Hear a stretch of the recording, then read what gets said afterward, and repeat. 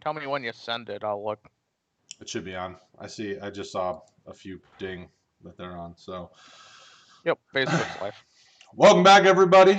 It is episode 3 of the Heat Seekers IDP fantasy football stream and podcast. I am your tour guide into the mouth of madness. I am Brad Menendez, and with me, as usual, our resident double tapper, Paul Veldboom, and Craig. It's not Royth, it's Reith. How are you gentlemen doing? Paul, how are you, brother? This weekend was absolutely phenomenal. I got to saw hit up. lots of videos and pictures. Yeah, I got to hit up a live sporting event with fans. Eat a bunch of glorious Wisconsin curds. Drink some Wisconsin beer. Eat some sausage, and hang out and just watch sports. It was excellent. It was very excellent. It's something that feels so foreign, but I do miss Yes. being at live sporting events, that's for sure. Yes. Craig, how we doing, brother? Good. I had the day off, and I got a lot of yard work done. Took the kids outside to run around to get tired. Had a nice, relaxing day for once on a Monday, so it was a great day. Yeah. That was the weekend. In the matter of a weekend, we allowed our oldest to paint and put up a fan in her room. We repainted like a bunch of the trim in the house. We took the shutters down and repainted them. Then today we had dentist appointments. I was like, dude, I'm over this. Like, I'm ready for a nap. And then we're going camping this weekend, so I got to start packing and prepping for that. So the fun never ends, I guess. But such is life. I'm glad that we're able to do things. I got some messages from some of my buddies up in Michigan that they sent out like this mass message that everybody must wear masks at all times everywhere. So it could be much worse where I'm at in Indiana. That's for sure. All right, so tonight we are talking.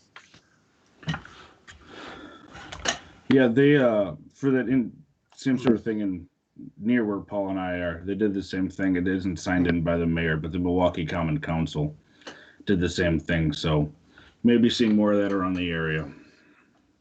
Yeah, well, and down this, I'm in Fort Wayne, but in Indianapolis, I know that there's something very similar, but the things are going a little different. So I don't know. We'll see.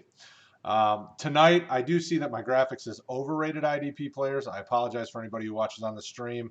If you listen to the podcast, it doesn't matter to you what it says. We're going to be talking about players who are actually going to overperform based on rotoheat.com rankings. So shameless plug, rotoheat.com, you can see mine and Paul's and Craig's IDP rankings. You can see our rookie IDP rankings as well as our overall big board of about our top 150. I know they're going to be updated this weekend. I know we update them, pretty regularly. We update them as needed. So go over there, check them out. I know I was on there the other day, and we've got almost 7,200 page views since we put them up like 3 months ago. So I appreciate everybody who's been coming to Roto Heat and checking it out. Much love to you guys. With that being said, we're just going to jump into it. So if you got questions, pump them in the chats over on YouTube or Facebook, wherever you're watching. And if you're listening to this in podcast form, join us Monday nights at 9:30 p.m. Eastern Time. You can get your questions answered live on the air. That being said, we are going to start with Craig. Who is your first player that you anticipate performing better than what our rankings have him at? So I had a couple guys that I really liked here. So I'm going to throw out two, if you don't mind. They're both linebackers. The first one is Shaq Thompson. We have him, and things change. Obviously, we have him rated differently across the board for all of us. But the aggregate between us is 45 for linebacker, and I'm guessing he's going to be significantly higher than that. We've discussed on other streams there really isn't a whole lot of other competition right now for that linebacker group. The biggest competition for tackles may be someone else that we're talking about later on tonight, and I won't spoil that person. But the other one that if I had to pick one that I'll go with is someone that we don't have rated, Nick Kwiatkowski over with the Raiders. That's sort of oversight on our part when we're throwing together these IDP rankings for the first time this year, really, with larger group of people, clearly he'll be much higher. He'll actually be listed in the rankings when these are updated.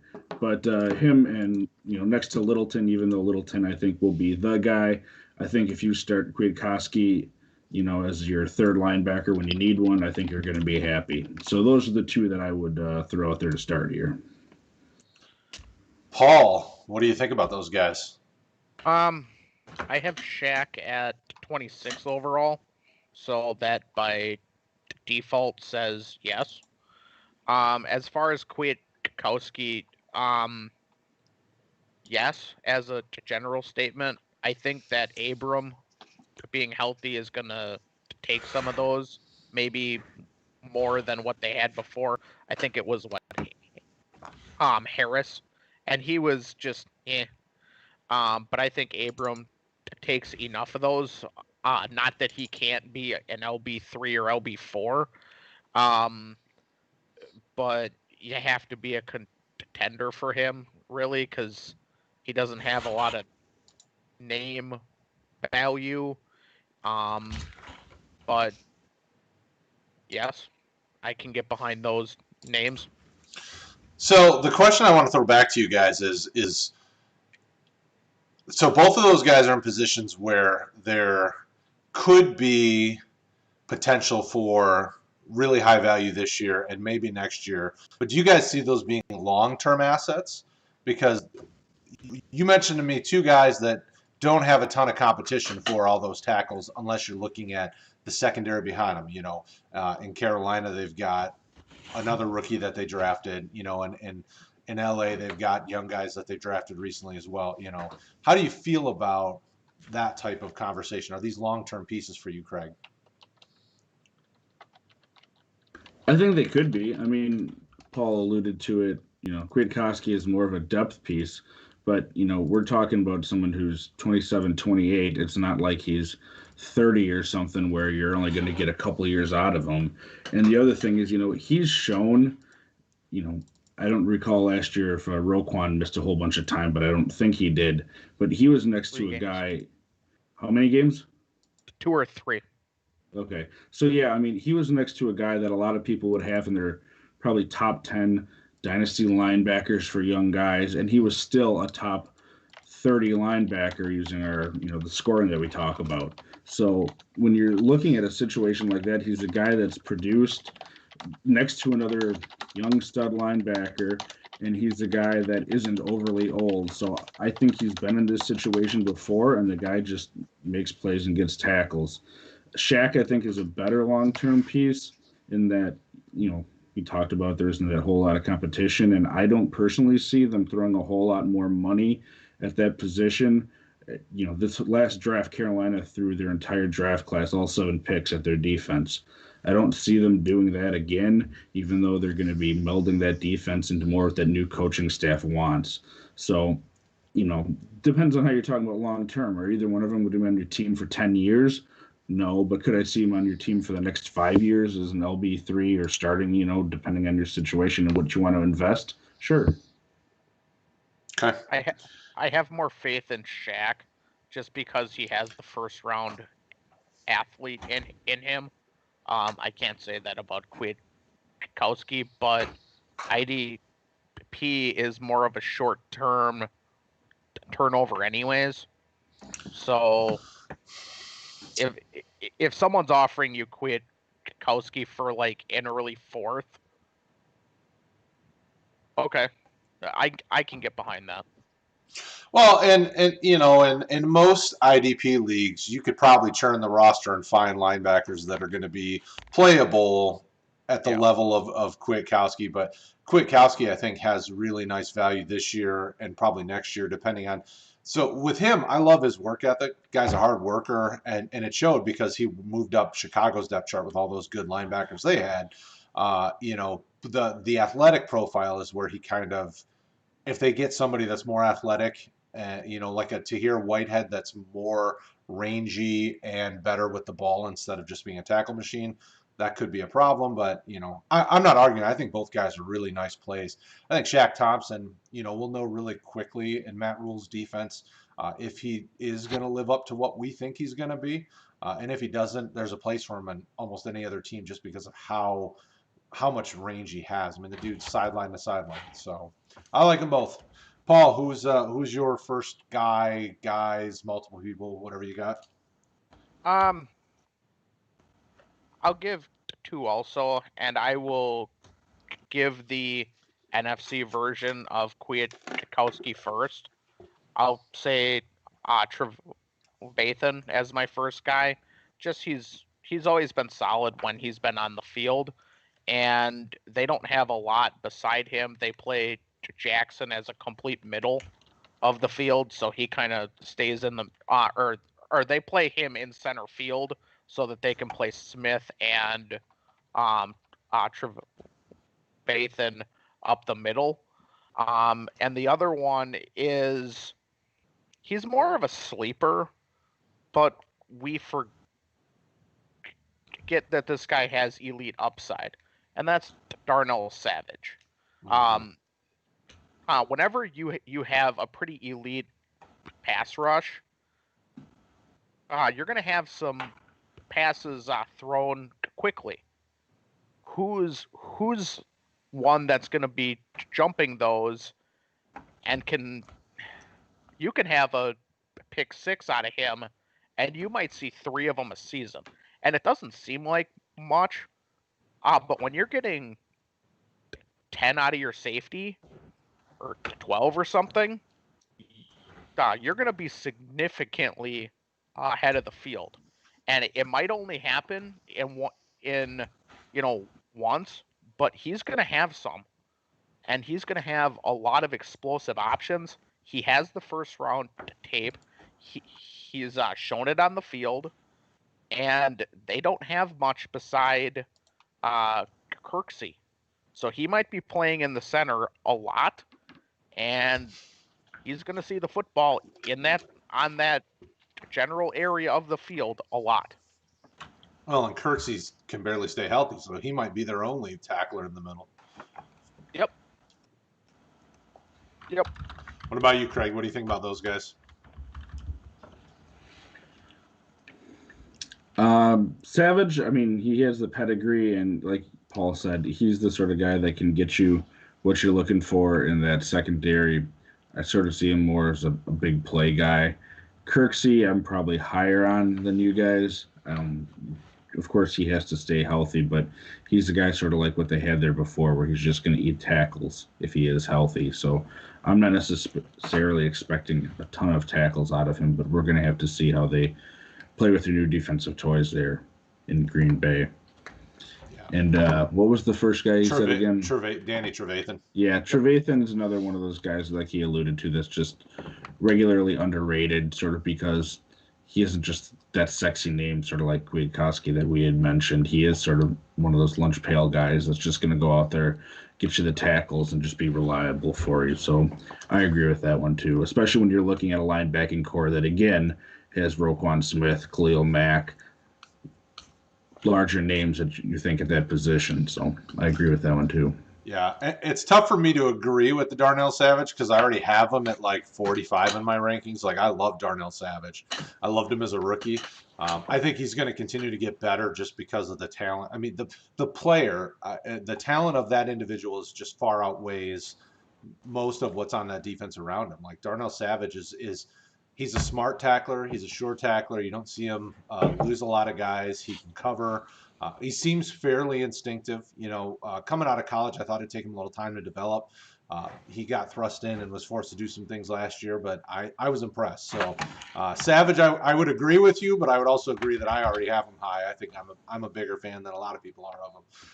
Trevathan, the unfortunate thing with Trevathan is he's going to probably still be good for 2020. But then after that, who knows? At his age, and I'd have to pull up over the cap and see. I think the Bears are in a rough cap spot. He could be one of those guys you see as a cap casualty, or just moves on because of where he's at in his career. But he's still a really good IDP asset, especially for this year, and you can get him for cheap. I think he's probably on the waiver wire depending on your league size. I know I have a little bit more shallower league that just starts, I think, one at each position, and then like 2 flexes, and I think Trevathan, when I checked, was still on the waiver wire. But you know, You could easily flex him. yeah, absolutely. I want to throw a name out there just to get kind of your guys' opinions. I have him at like 59 in my rankings, and he's kind of overshadowed just because Darius Leonard's there. But Bobby Okirke in Indianapolis, he's a young guy. I believe he was from Stanford. You know, a real smart guy, has a pretty good athletic profile.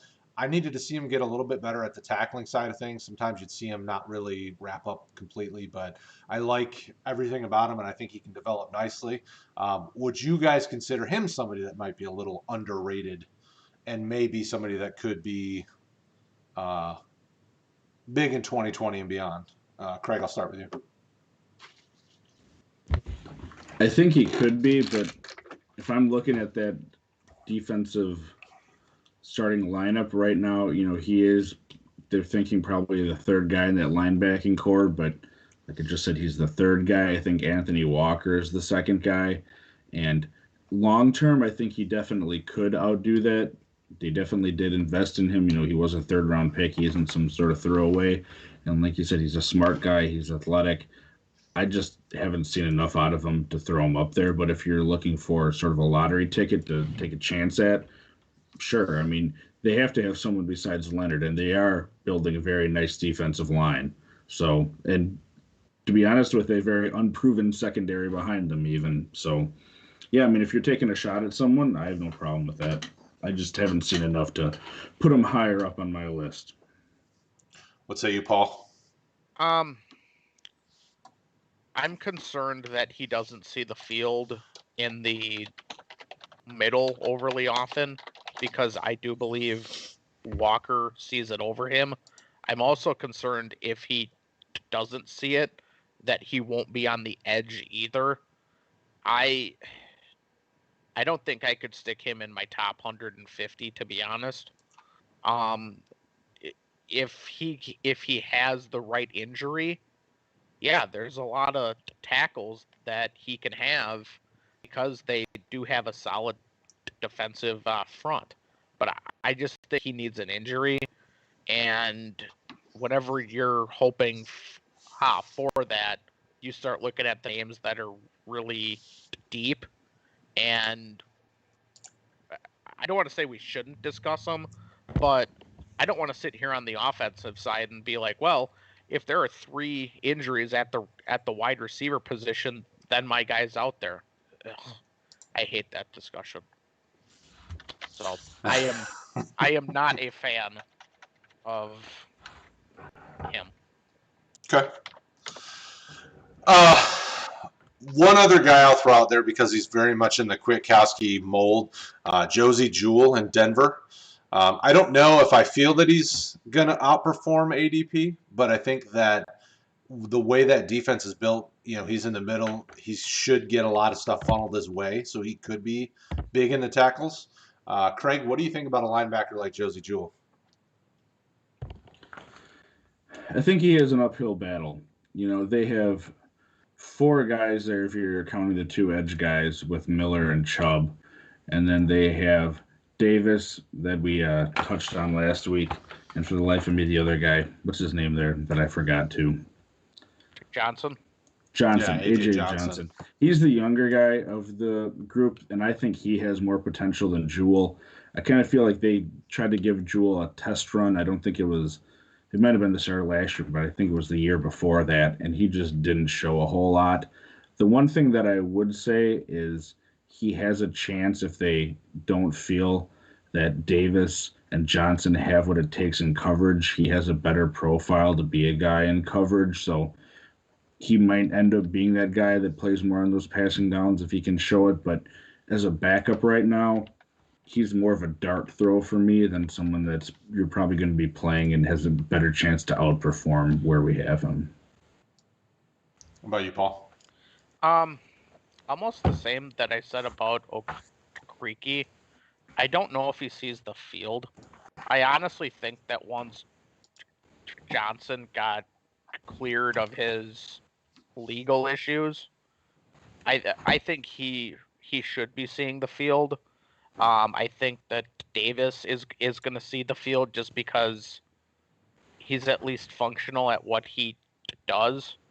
I I didn't see someone that was overly fast when I was watching Iowa a couple years ago, and then he went out and he ran a 4.8 3. Just he's not very fast.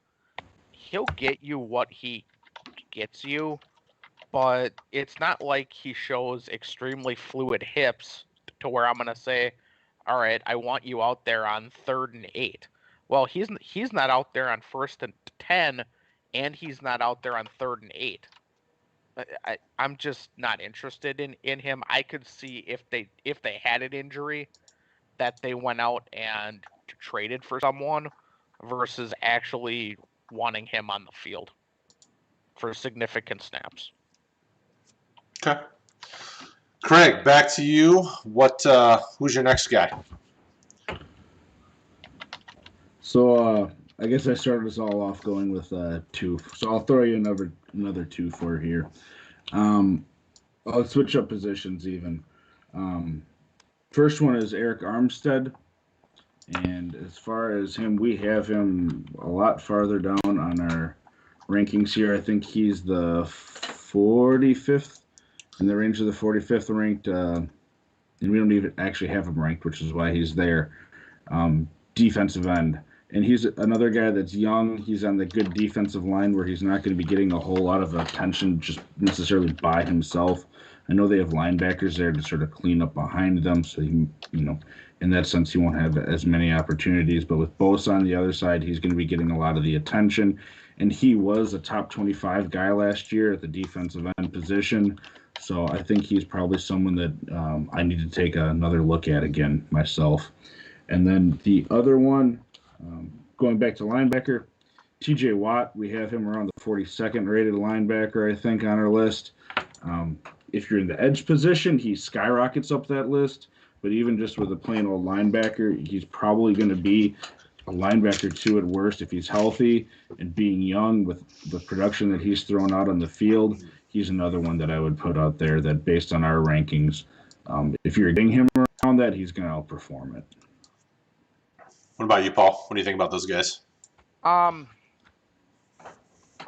I think he probably misses Buckner.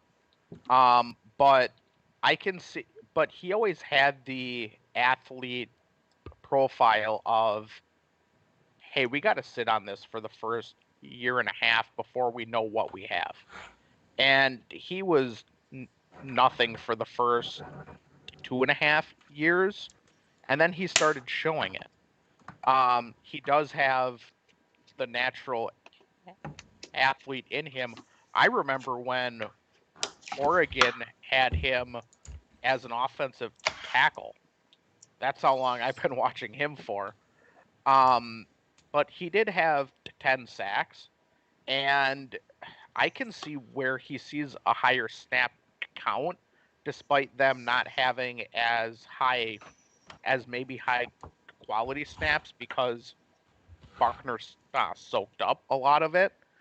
I don't know if I see the pure ceiling out of him, but I think he's got a solid floor. And I'm sorry, who is the other one you mentioned?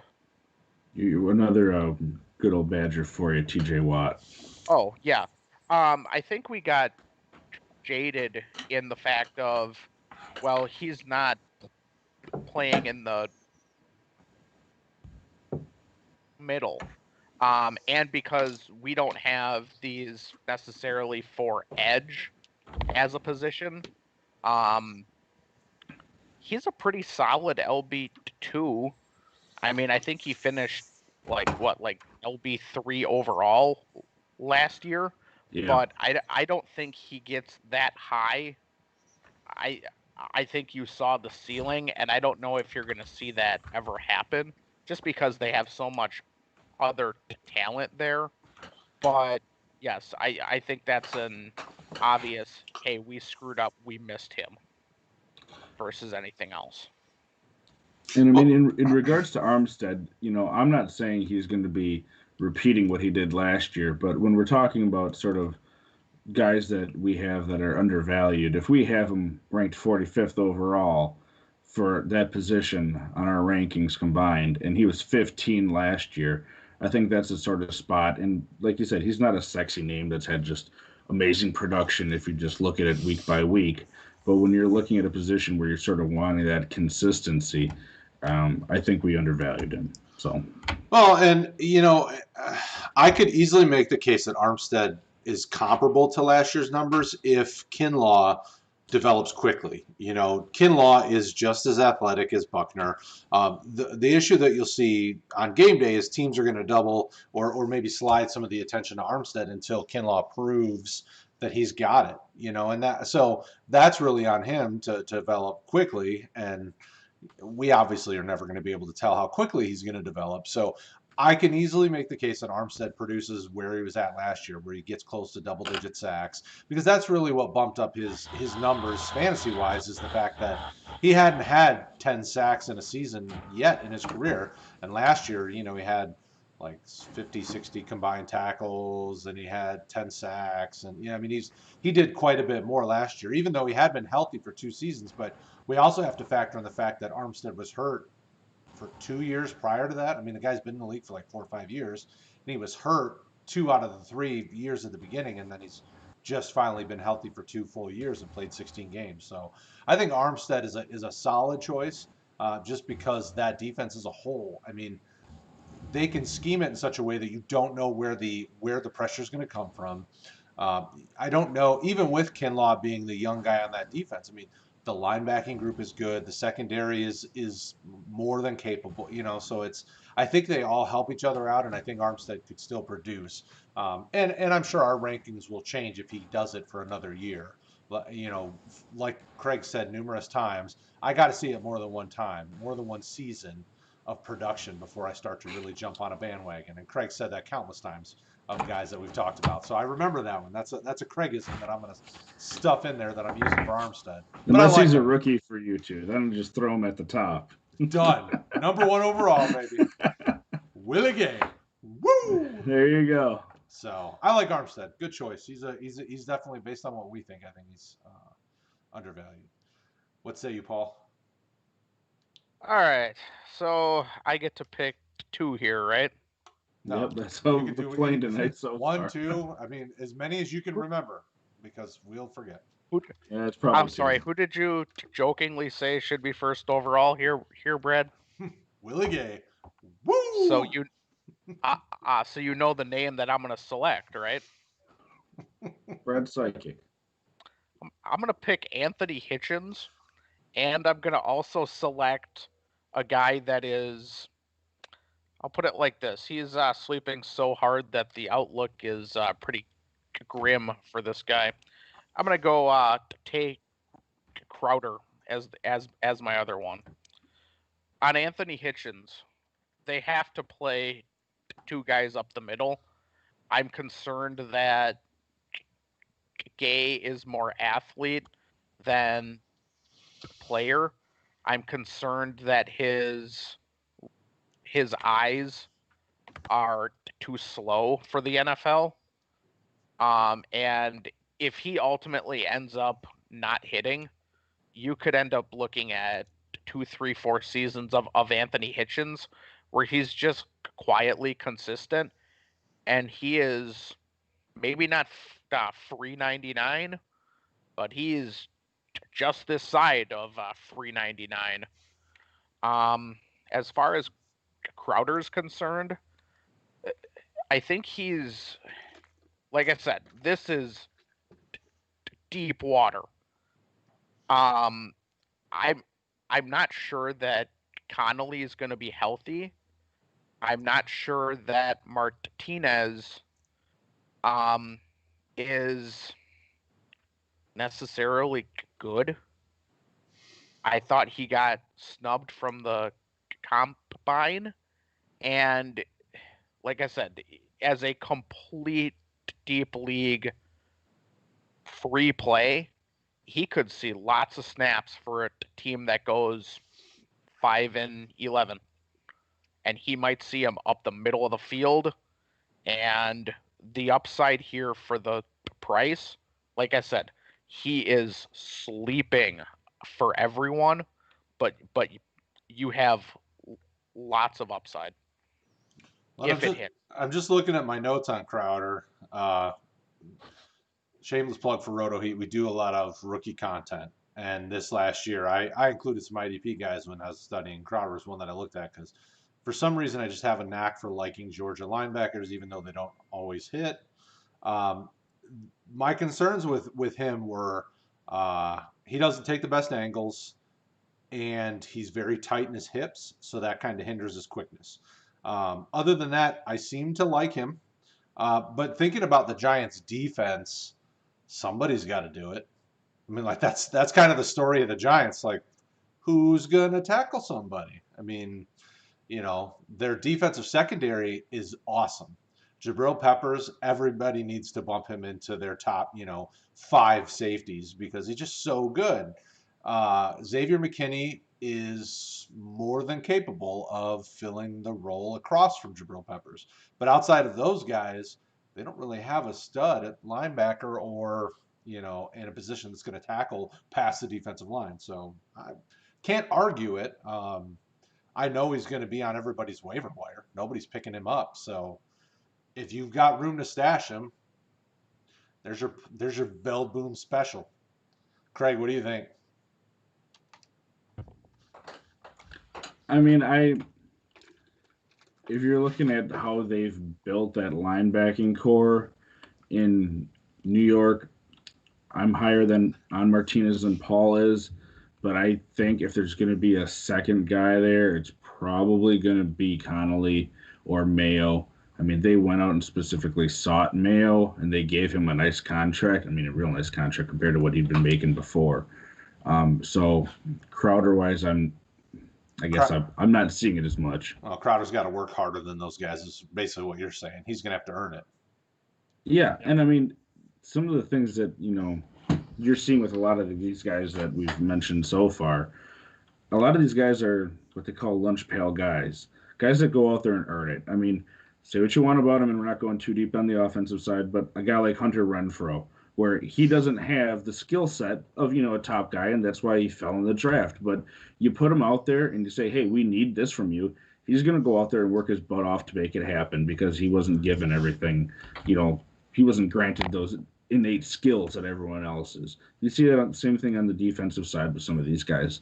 A lot of these guys that you're going to find value in aren't those big, sexy names. It's the guys that say, hey, I have to go out here, I have to earn it, and they do it.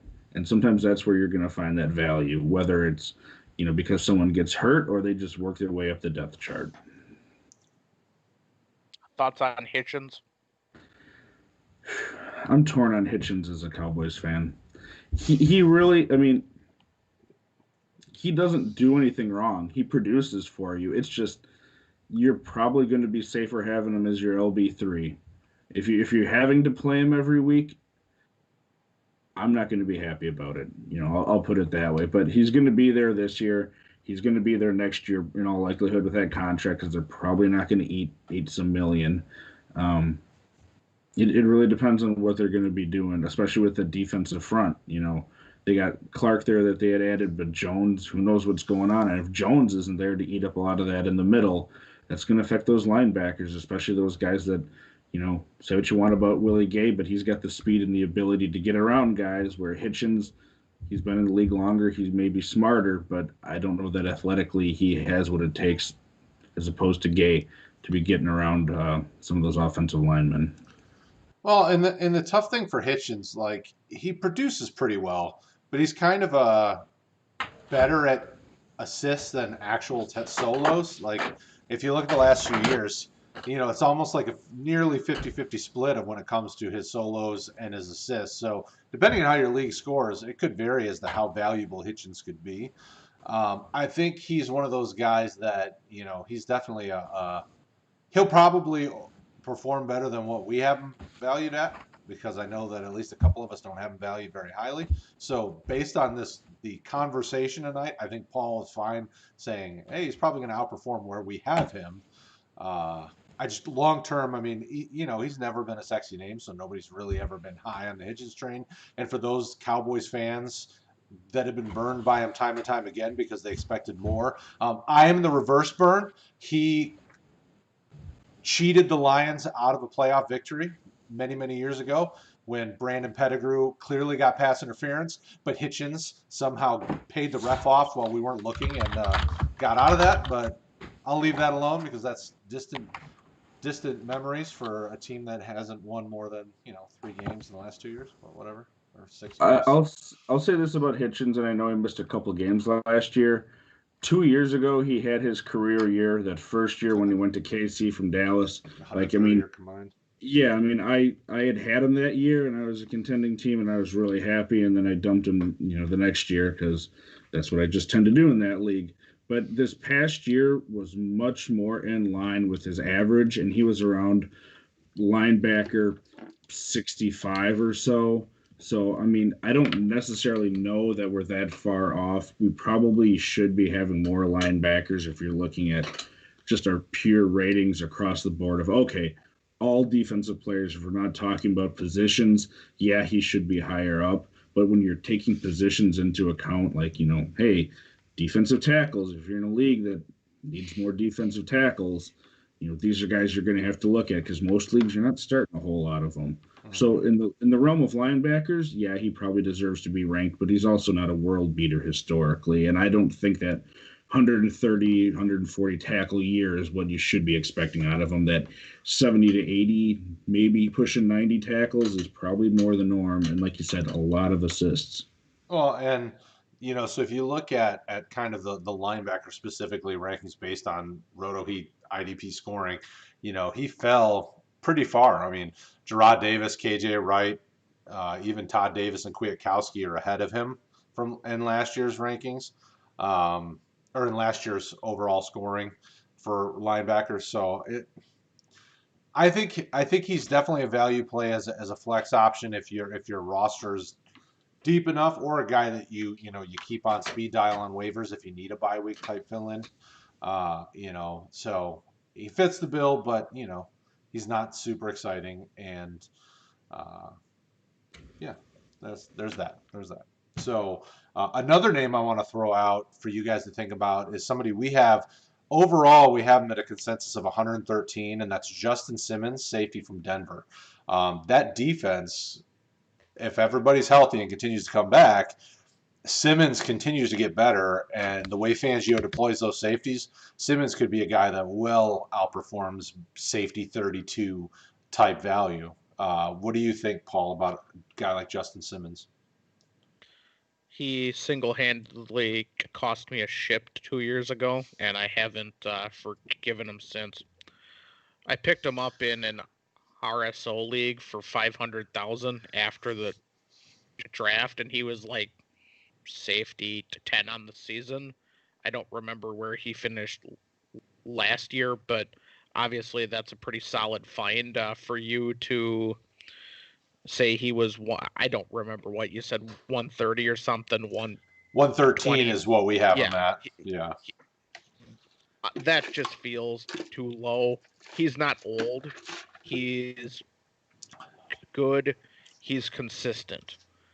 Except for the 1 week I needed him to win me a ship. Score me 5. That's all I needed out of you. 5. And you goose egged it versus Oakland. You couldn't do anything. Come. You cost me a ship, son. Other than my personal bias about him, no, that's a really solid find as far as look it over and see who we missed. What say you, Mr. Craig? I agree. I mean, I think he's around the 32nd rated safety as far as the list goes, and he was a top 20 safety last year in the scoring. And if you look at that secondary, I know we haven't talked about him a whole lot, but that secondary had a bit of an overhaul where they have Bryce Callahan and Bouye from Jacksonville as their corners, which is a very different makeup than they've had. And, Kareem Jackson is still there, but it's really the safeties that are going to be holding it down in that secondary. Mm-hmm. So if that if that offense takes a step forward, like people are thinking, with all those weapons that they have, and some people anyway, thinking Drew Lock is going to take a step forward and lead that offense to be more prolific.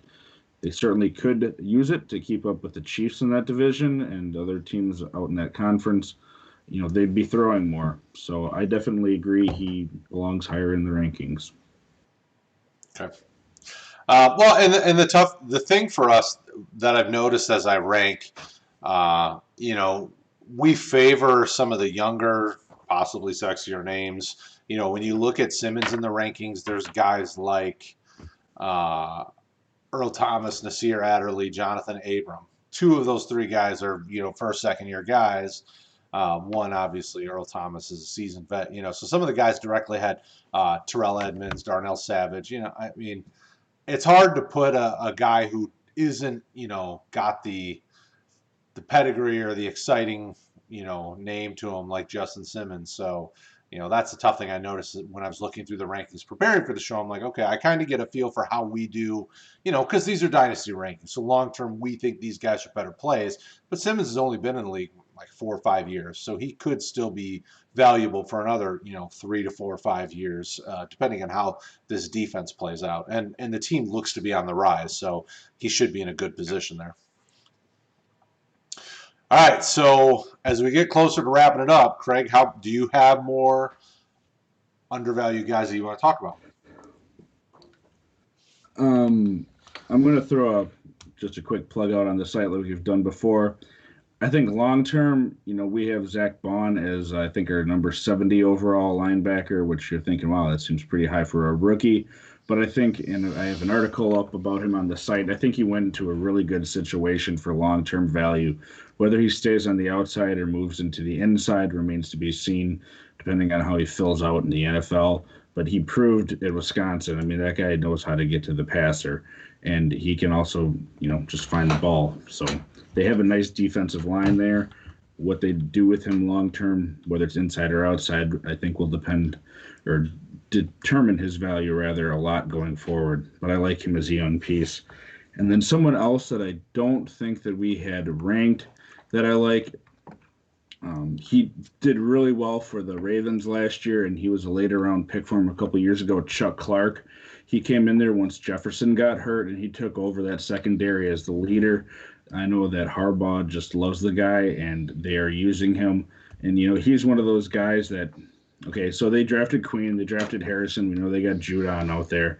But that's a team that it's just going to be a bad idea to go over the middle on. Now, okay, it's not the worst idea in the world. It's not like you're hitchhiking in Santa Clara in the 1970s or something like that. But he's a guy. It's all right there, Brad. Just take my word for it. But he's a guy that showed he knows how to get to the ball and just lay someone out. He's an old school safety, sort of like Earl Thomas there. He's a guy that knows what he's doing, and he knows how to be the leader in that secondary. So we don't have him ranked, and he was, like a top 30 safety for us, and that wasn't even starting the whole season. So I think he's a guy, if you're looking at underrated safeties that are also young, there's a guy to take a look at. Thank you, Paul. Craig. Paul, what do you think about those guys? Bond, I had listed on my sheet. I'm concerned that he can only play edge. He certainly has the skill set. I don't know if he can figure it out mentally to play in the middle. I don't know if he'll figure it out from a technique. But the ceiling's there. I thought he was a late first, but that was for actual NFL, not for fantasy. Well, the nice thing for me, he's got Demario Davis, so he's got somebody to help him on the mental side.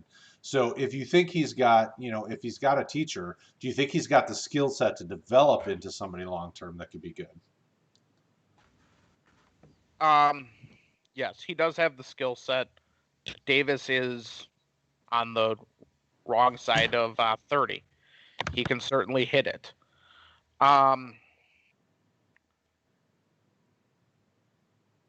$3.99, I'll take a shot on him. And I'm sorry, who was the other guy that you had mentioned? One more thing just on Bond. The other thing is all four linebackers ahead of him, if you're thinking of it, or there's at least three of them. No, there's four. It's Craig Robertson, who, okay, Alex Anzalone, who Paul could probably go in a whole 10-minute tirade if we really wanted to let him, and then Demario Davis and Kiko Alonso.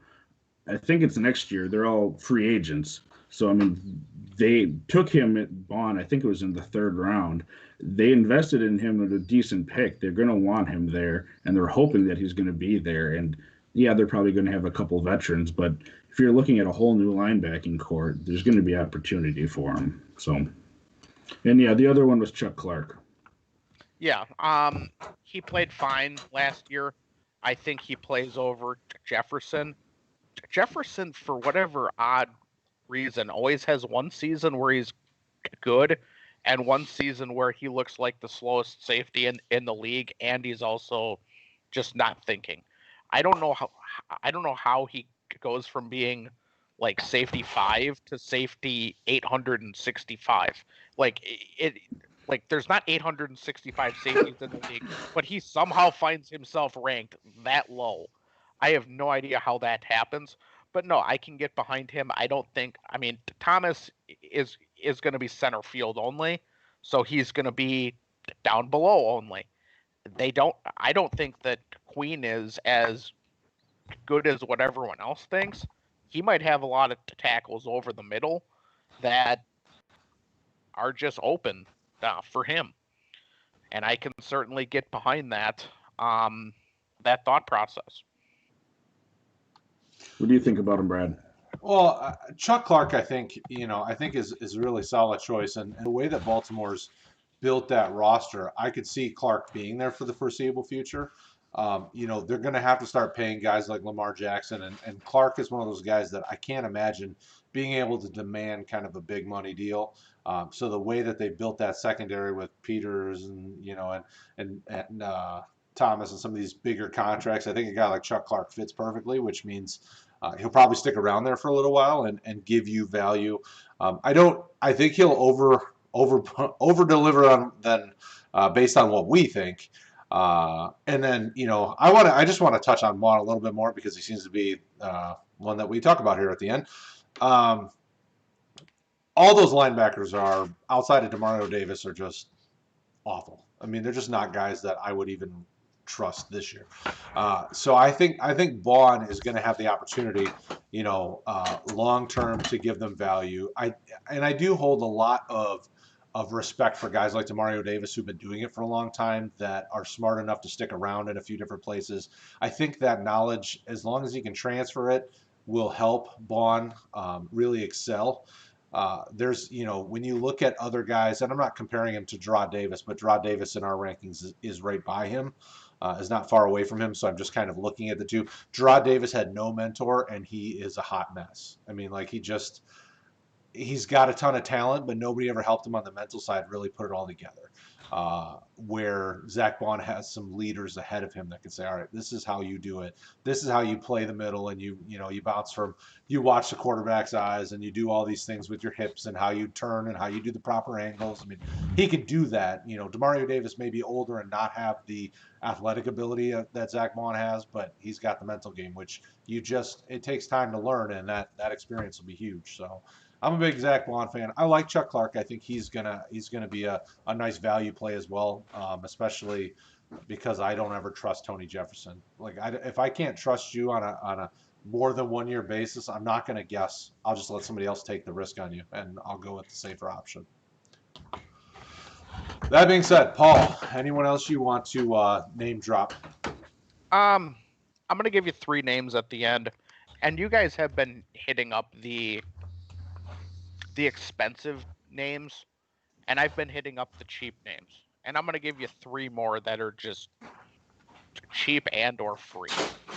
I'm gonna go Micah Kaiser first. They didn't invest anything into that position.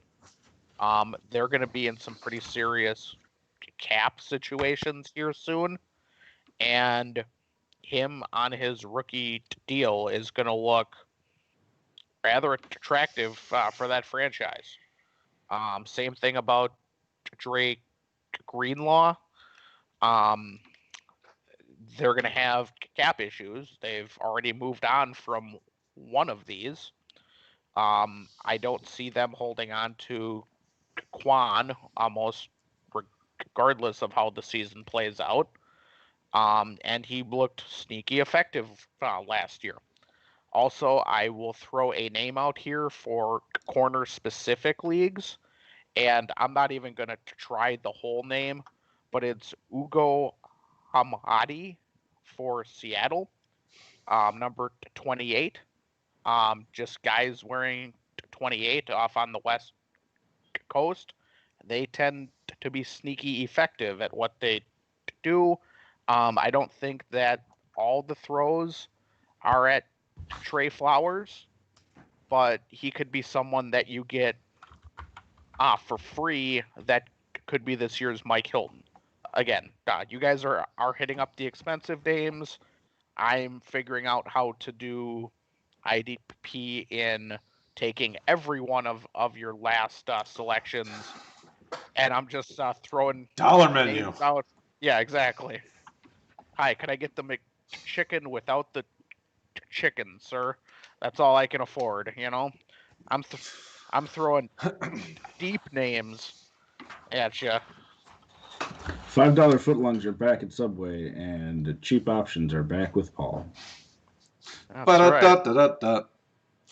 I think Kaiser's a really interesting name. Not only because the fact that they traded for like Leonard Floyd, and I don't trust him, and what they've got there just isn't all that exciting, but because Kaiser's a pretty talented player. I know he fell in the draft a little farther than some of the folks expected him to, but he can fit a need in that defense, and that defensive line is sneaky good. They even added some rookies. Was it Terrell Lewis? They added as an end. Obviously, they've got the man, the myth, the Donald. So there's guys in front of him that can really help give him the ability to kind of be flexible and soak up some tackles there in the middle. So I think Kaiser's a really sneaky name. Craig, what do you think about those guys? Yeah, I think we touched on Kaiser the last part of our draft episode because I think he was taken at the very end of the draft. Like I said, it's sort of like if you took Blake Martinez out of the Giants. There would have to be someone there that's going to have to get those tackles. And usually it's not just nice, even spread across 3 or 4 guys. You're going to have, even if it's not that great of a batch, you're going to have the cream rise to the top of whatever group you're looking at. And I think if you're having a dart throw at the end of a draft or someone you want to take a flyer on to have a chance at really good production, Kaiser's the one out of that group that I like. Greenlaw was the second name. Let's see, Greenlaw. I mean, Greenlaw's good. I don't mind him, but I don't know that he's cheap anymore because people know the name. I'm seeing a lot of him, and I mean, this is just out, sort of in the Twitterverse, so take that for what it's worth. But he is a big name that people are high on, and I tend to look at it the other way. I mean, if you're comparing the two, I think Quan's the better linebacker, and is he going to be healthy and completely come back? It remains to be seen, but I like him, and I honestly think he's going to win the, quote unquote, better position starting job over Greenlaw this year. Are you looking at long term? I don't think Quan's gone unless they trade him next year. His contract, they restructured it so that this year and next year, I believe, they increased the amount of money to kick off some years at the end. So I don't think they're planning on just getting rid of him because if they do plan on that, they've hurt themselves long term. So, I mean, I'm not as high on that one, but yeah. I mean, there's nothing wrong with Greenlaw, and he'll be there longer than Quan most likely. But if you're looking at this year, next year, I think Quan's over Greenlaw personally. And I want to throw a corner name out just because he was a rookie this year, and I think the way that Miami built that defense, this kid's going to get targeted a ton. But Noah Igbenogany, I think would be a corner if you want to throw another crazy name out there to go with Chukwuwuku. Those guys are going to get targeted a ton just because of who's around them. Think about in Seattle, they've got Diggs and they've got McDougald and they've got Griffin. Well, somebody's going to get targeted, and those guys are much more much more dependable players. So they're going to target the young kid who was a 2019 fourth rounder. Same with Miami. They've got a ton of talent in the secondary now, and somebody's going to get picked on. Yeah, I mean, if you're looking at a quarterback, I like him. Although, by the same token, he got picked on last year. Eric Rowe is going to get picked on again this year in that defensive backfield for Miami. They fixed up their corners, but their safeties are still. I mean, if you want to go another deep cut, I know we're not trying to go along here, but Brandon Jones as a rookie, if he gets the starting job there, I mean, he's got a real chance to be someone you can just pick off of waivers and plug in, just like you said about Noah at cornerback. Yeah, I was already figuring Jones was going to be a starter because Rowe is not good. What about you, Paul? What do you think? I believe I was the only one who, there were like 5 or 6 of us who submitted a mock.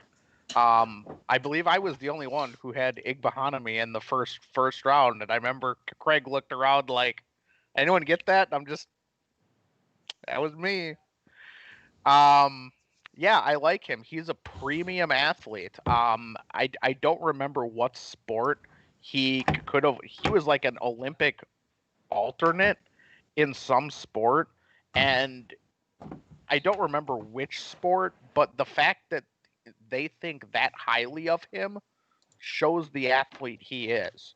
If he can figure it out mentally, they can be real scary because they also have the guy who had the legal issues on the other side, Howard.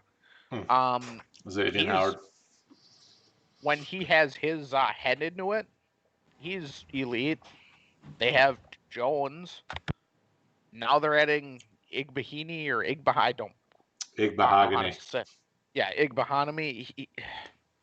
They can be really scary, and I wouldn't want to throw at the other ones. I would be more hoping that Jones and or Howard take the money and go, I'm done. Versus maybe Igbahanami, who's working for the second contract. Absolutely. All right, so there you go. That's it. These are guys that, based on rotoheat.com rankings, we think could excel. Maybe they're guys that you can get off your waiver wires. Maybe you can trade for them for cheap. Sky's the limit. But trust us when we say we'll make you better if you just listen. So thank you guys for hanging out. And if you're with us on YouTube, we appreciate you as always. Don't forget to like and subscribe. Hit that notification icon. If you're listening to the pod at a later date, go over to YouTube. Search RotoHeat. We got a ton of content over there. We have player outlooks. We have live streams Monday, Tuesday, Wednesday, Thursday, Friday. We got it every night for you. We do it for you. So do it for us. Hit the subscribe. For the RotoHeat team, Paul, thank you. Craig, thank you as always. It's great hanging out on Monday nights and talking defense with you. We'll see you guys again soon.